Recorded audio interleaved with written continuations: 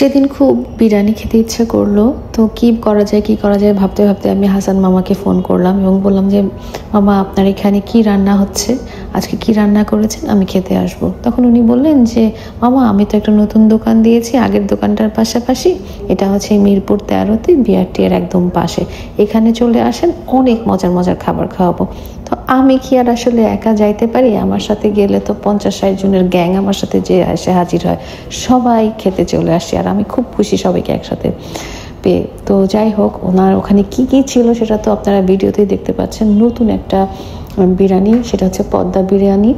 এটা হচ্ছে লুচির মতো একটা জিনিসের ভিতরে বিরিয়ানিটা থাকে, আরও সব কিছু ছিল, মানে ওনার ওখানে যতগুলো 100-150 আইটেম ছিল সব উনি আমার সামনে হাজির। উনি তো জানে যে আমি মহা খাদক একজন মানুষ।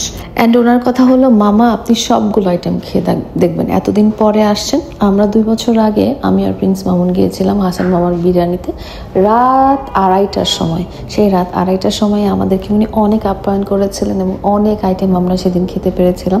তো আজকে আমি একা আসি নাই, আমার সাথে আমার পুরো টিম মেম্বার চলে আসছে, প্রায় 50-60 জন ছিল এবং সবাই এত ভরপুর মজা করে ওনার সবগুলো আইটেম খেয়েছে, সবগুলো আইটেম টেস্ট করেছে। আর ওনার কাছে এমন কি নাই, বাংলাদেশে এমন কোনো খাবার নেই যেটা ওনার কাছে পাওয়া যায় না।